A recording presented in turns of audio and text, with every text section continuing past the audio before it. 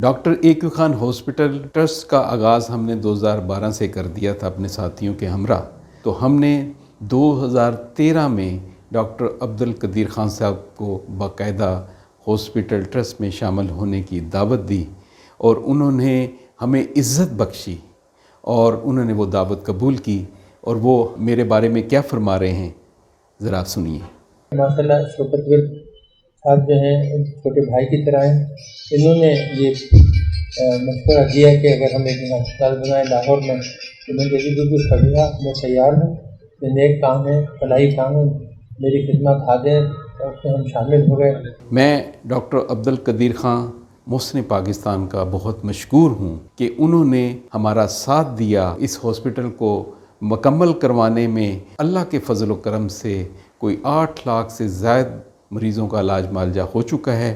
اب 500 بیڈ کا ہاسپٹل پائے تکمیل تک پہنچنے والا ہے۔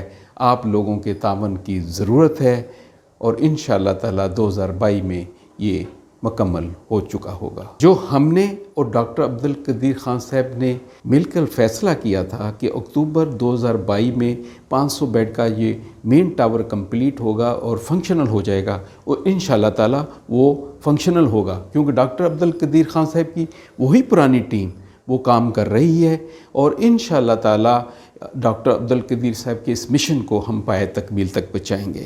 جو چند ایک عناصر ہیں جو شرپسندی سے کام لے رہے ہیں، انہیں چاہیے کہ وہ ڈاکٹر عبدالقدیر صاحب کے مشن میں رکاوٹ نہ پیدا کریں، ان کی روح کو تکلیف ہوگی۔